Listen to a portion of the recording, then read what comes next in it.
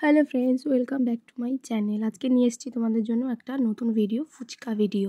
তো প্রথমে আমি এখানে 4 কাপ সুজি আর 2 কাপ ময়দা নিয়ে নিলাম। তারপরে একটু স্বাদ মতো লবণ দিয়ে দিলাম। লবণ দিয়ে এটাকে ভালো করে মেখে নেব। মেখে দিয়ে কিছুক্ষণ রেখে নেব। একদম ইজি প্রসেসে আমি এটা বানাচ্ছি, তো তোমরা ভিডিওটা স্কিপ না করে দেখতে থাকো।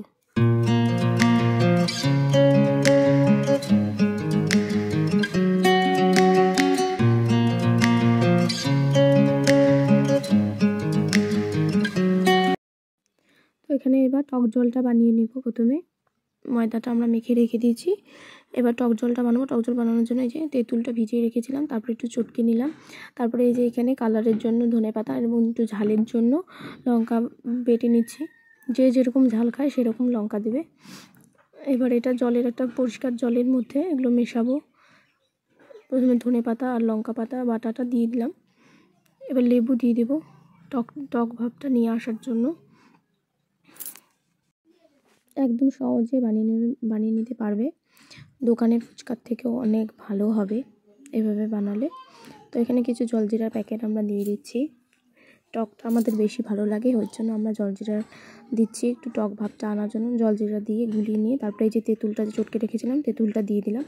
তেঁতুলটা দিয়ে ভালো করে মিক্স করে এখানে একটু দিয়ে দেবো এবার চাট মশলা।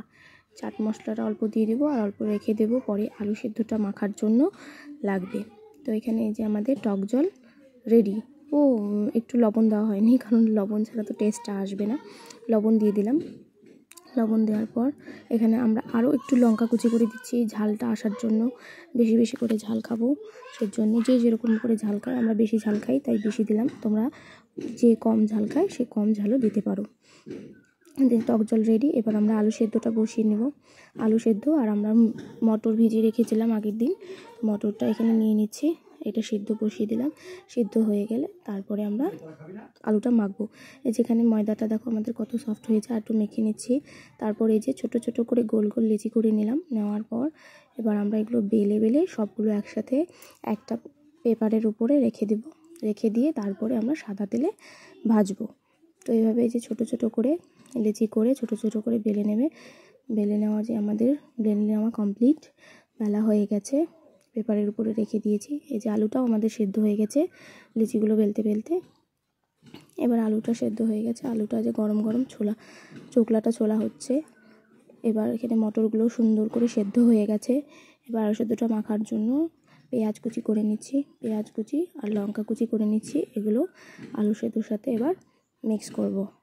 তো তোমরা স্কিপ না করে ভিডিওটা দেখতে থাকো।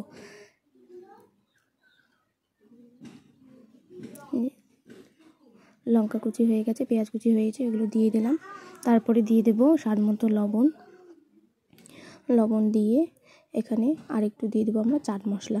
প্রথমেই বলেছিলাম একটু মশলা রেখে দেবো চাট মশলাটা আলু সেদ্ধতে দেওয়ার জন্য। আলু সেদ্ধতে আমরা এবার মেখে নেব ভালো করে মেখে তারপরে রেডি হয়ে যাবে আমাদের আলু সেদ্ধ।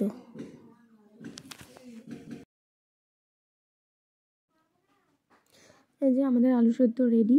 এবার আমরা চলে যাব ফুচকাগুলো ভাজতে।